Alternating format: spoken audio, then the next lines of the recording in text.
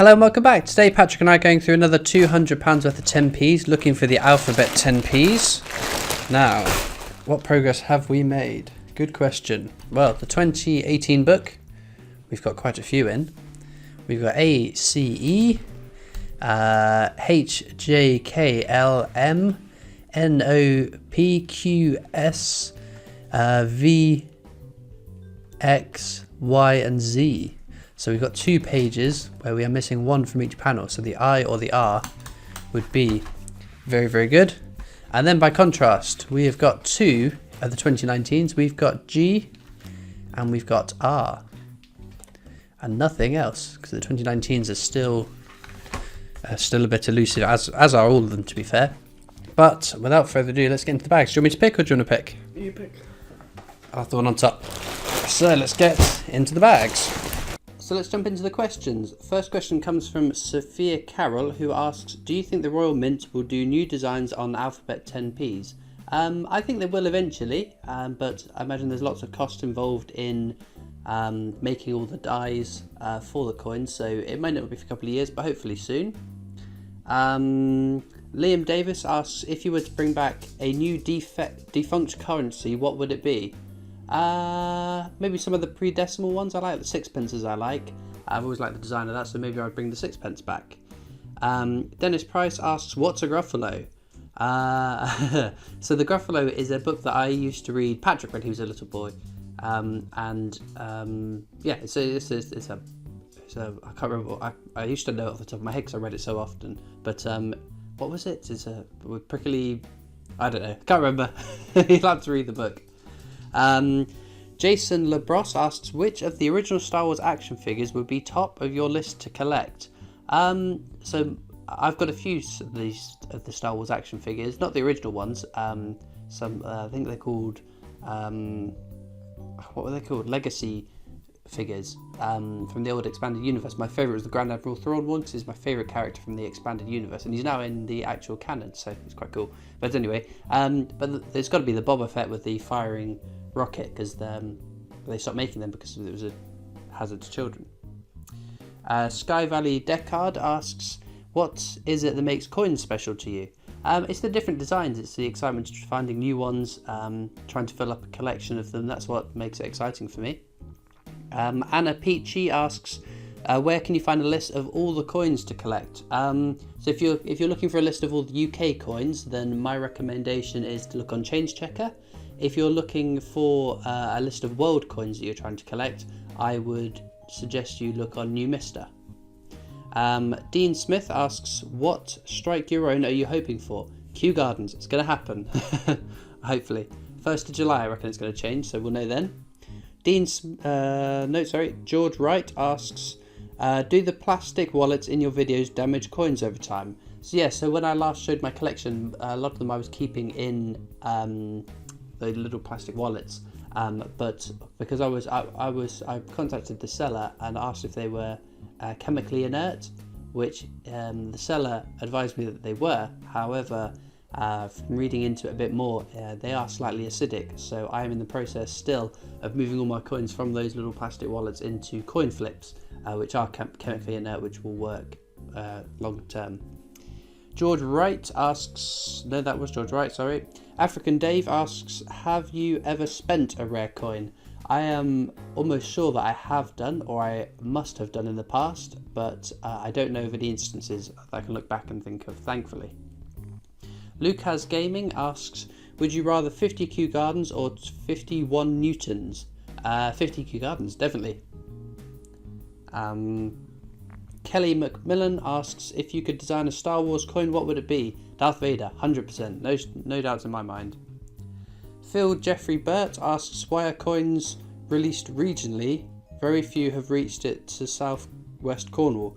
I don't think they are specifically released regionally. I know some of the alphabet 10p's were, simply because like the NHS ones were released in certain NHS trusts, I think. I think the what's it called, the Angel of the North, there was some released early there. I know that Jane Austen was released at some events in Hampshire as well, but I don't think that they are specifically released, generally speaking. It's just luck of the dice where the cash centres deliver the coins out to.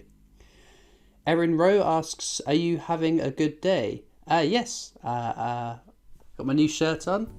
Hope you like it. But no, good day. Yeah, every day's a good day. That's the way it feels anyway.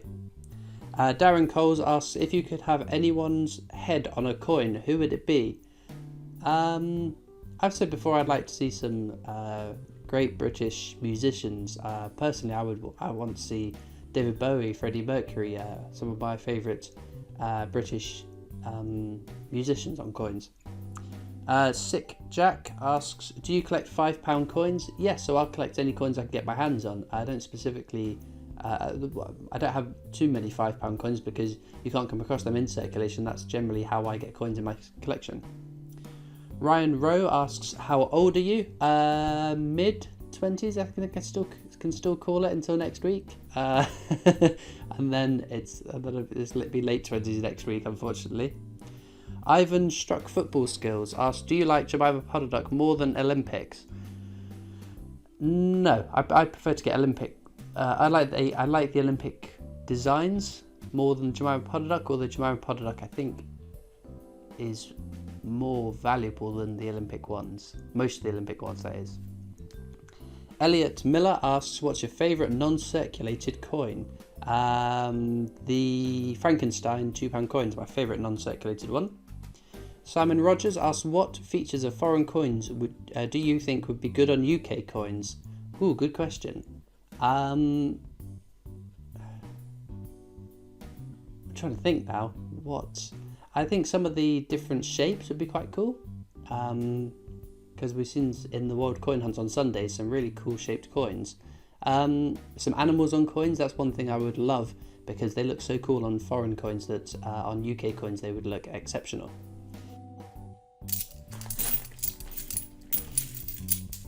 Ooh, there we go. First alphabet is letter L. What year is it going to be? Come on, 2019. Huzzah! Holy Toledo, there we go. One of my favourite designs on these as well. Jamie Hughes asks, "Out of all the prizes in the giveaway, which one would you want to keep the most?" So this is for my 20k giveaway. I think it would be too tricky for me to pick which one was my favourite out of all those prizes, because at the end of the day, the companies that worked with me, so we had the London Mint Office, we had Change Check and the Coin Supplier, and I had a prize, I popped a prize in there as well. It would be cruel of me to pick any particular one that was my favourite, so no comment is my answer. Laughter asks, "Would you recommend that others post their hunts on YouTube?" 100%. If you enjoy hunting through coins, why not record it? Why not upload it? What I would say is you need to find your own niche within this little niche of itself. What is it that will draw people to come and watch your videos rather than watching everyone else who's making the videos already? Because when I first started making videos, there were about 3 different channels already that were making the coin hunt videos, and now look at it, there's so many of them, and it's fantastic. As a coin hunter, a coin collector myself, I love going and watching other people's hunts, but I think a lot of people will make their YouTube channel for the purpose of being successful. I'll try to explain. So I made my channel because I was enjoying doing the coin hunts, and I thought maybe there were people out there that would watch it. If I still had 100 subscribers today, as I did almost just over a year ago when I started, I'd like to think I would still be making my coin hunt videos. So I didn't make the channel to make money out of it, if that makes sense. I made the channel because I was doing something I was enjoying, and I thought I'd share that with people. So if you're doing it, if you're thinking of setting up the channel because you want to get a ton of subscribers, that's not the mindset to go into it with, because it's a very slow process. I mean, it took me over a year to get where I am. It took me from February 2018 to September 2018 to get 1,000 subscribers, and I mean, it snowballed after that, which is just incredible. So That's what I would say. If you do it for the right reasons, do it because you enjoy doing it. Whoops, crash bang wallet. Do it because you're enjoying whatever you're doing, and you think other people would enjoy watching. But yeah, there is, again, it's becoming a bit of a saturated market where there's loads of people making coin hunting videos, so, and there's only a certain amount of time that a viewer will have to watch YouTube videos. So think about what it, if you're going to do it, think about what it is that'll make your channel different from the rest of us already making videos. Like even things like the way you're recording, the way you're videoing, the way you're editing. But yeah, so to circle back to the original question, would I recommend others post their hunts on YouTube? 100%, go for it. And if you do, send me a message on Instagram or Twitter or Discord or whatever, because like I said, I love watching everyone else's videos and I like seeing what other people are doing. Chris Reese asks, where does your famous phrase "Holy Toledo" come from? It's more that I guess it's trying to avoid swearing on YouTube, because I don't know who's going to watch my videos. I don't know if kids are going to watch it, and I don't want to be the example that makes people go out and swear, I guess. That's not to say that I am a saint. I swear all the time, especially when I'm driving. Oh my goodness, you don't know anything. So Holy Toledo is a PC version of something that I would generally say, I guess, and just by saying it over and over again, it's just got lodged in my mind. Rachel Thompson asks, was the Royal Shield 50p minted for circulation in 2018? I don't think it was. I think it's going to be an NIFC for 2018. Obviously, we know 2019 is in circulation. 2017 is a low mintage. I think 2018 is going to be the next NIFC Shield 50p. Mock Zebra asked, which strike you own is your favourite so far? Oh, the Isaac Newton. Oh no, the Frankenstein. Yeah, Frankenstein. That's my favourite. The £2 coin from, was it Halloween 2017? Oh no, 2018. Yeah. Bob the Goldfish asks, what's your favourite year of 50p so far? 2017, I think, I would say. Oh, but the Olympics was a good set as well. 2011 then, for the Olympics. Ellie Jones asks, do you think you'll ever stop collecting coins? I don't foresee a reason why I would, so no. Gary Newton asks, have you ever paid more than face value for a circulating UK coin? No. I found every circulating UK coin in my hunts, so I haven't had the need to. Liam Cockle asks, do you think Marvel should get their own collection of 50p's? I think it would make a great set. It won't happen though, because they're a US American company, whatever you want to call it, franchise. That's the word. It's an American franchise, so they won't put it on UK coins. They might make the medals like they've done with the Star Wars ones, but you won't get circulating Marvel 50p's. I wouldn't have thought so anyway. Andy Animates asks, do you think they will make more Beatrix Potters? Yes, so I think there's another 4 coming this year, sometime this year, for the more Beatrix Potters. I don't know whether they'll be circulated or whether they'll just be for collector sets. But yeah, I don't see why not. It's got lots of kids involved in coin collecting, so I don't see why they'll stop now. Oak Skip 7 asks, when asking for change in a shop, do you ask for 50p's? I do, and my wife finds it embarrassing. Yeah, I do. So if I'm, I don't know, whatever I'm buying, if I'm buying with cash, I will ask for 10p's or 50p's or whatever. And if I get a funny look, and I don't know, if I think the cashier is a bit odd, I might just say, oh, I need it for the parking meter. Gary Harris asks, where do you get the little note cards showing your coins that are missing? So they were made by a subscriber and sent into the PO box, so I don't make them, unfortunately. Jinwood asks, ever found anything good in a Coinstar? I've never hunted Coinstars yet before. I've got a funny bit of light on my face there. The weather outside is a bit crazy. So I've never hunted through Coinstars. I've seen lots of other people do it, but I think I can only think of one that's local to me, so it wouldn't make a very good video, I don't think, but maybe. Cassie Summer Lee asks, Kew Gardens or every alphabet 10p? Kew Gardens still. I think that's the right answer. Joseph McLaughlin asks, how many NIFCs do you own? I think the 50p's I have got maybe about 5. and I've got a couple of the bigger 50p's, the older 50p's that weren't put into circulation as well. And some of the bunk ones, I guess, are not intended for circulation because they weren't released into circulation. I don't know. But in terms of like the 2009, 10, 11, 16 shields, I think I've got about 4 or 5. Alex Hogarth asks, how much is your collection worth? Again, the question I get asked quite a lot, and I have literally no idea. So I don't collect for any value, for any investment or anything like that. So I've never had the need to tot up the total value of my collection. Peter Strafer asks, why do you think you have a coin collecting obsession? What causes it? So like I've said before, I've always been a collector of things, and I just started collecting. I've collected coins on and off since I was a kid, and I started collecting again early 2018. And the success of my YouTube channel has sort of kept me going on and doing it. Whereas previously, I would have stopped after finishing a full set. The videos have made me carry on and try and do more. Frank Horrigan asks, what did you think of the April Fool's emojis? So they were the 50p's that they said they were coming out on April Fool's. I thought they were quite neat. I don't see why. I would imagine there is a company out there that's going to be making them now. Twins Twice 22 asks, do you think you might start collecting notes? If there's one thing in my life I don't need, it's another collection of items. But I keep being tempted to. I keep going on like eBay and looking at lots of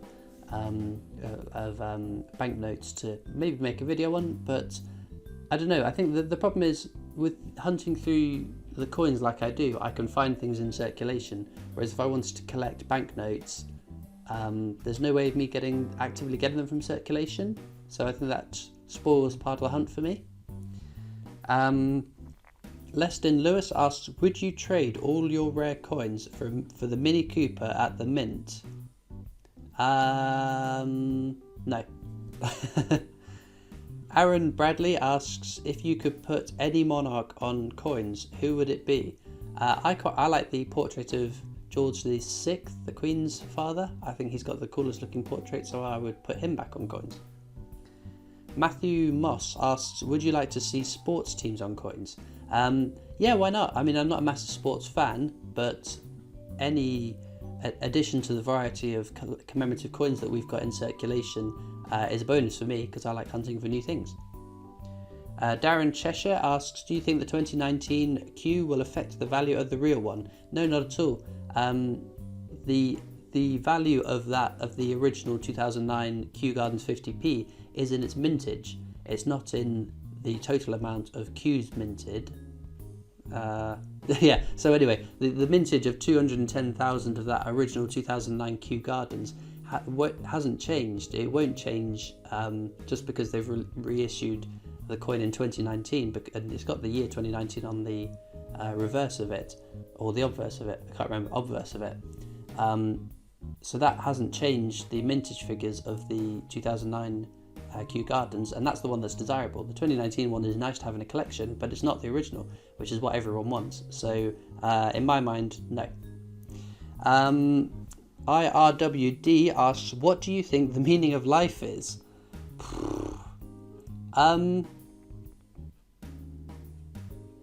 I don't think life requires a meaning. That's not to say that life is meaningless.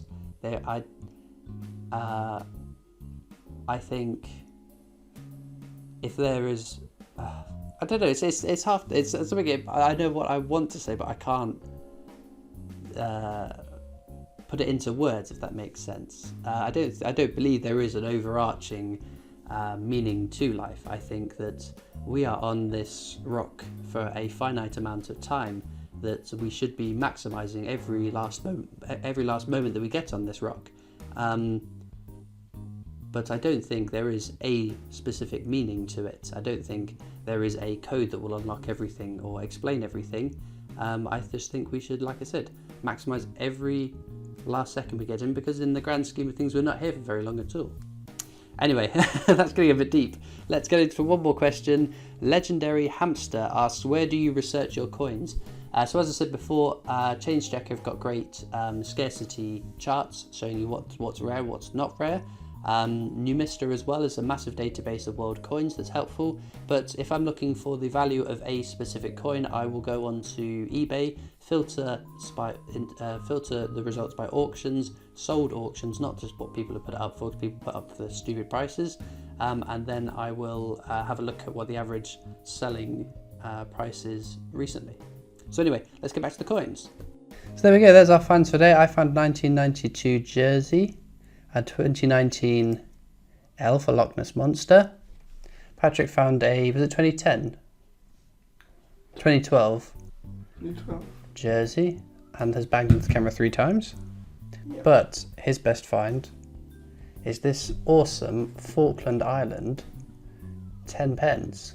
Sea lions on it. How cool is that? I've never seen that before. So smashing hunt, and one new one for the book. So let's get that in.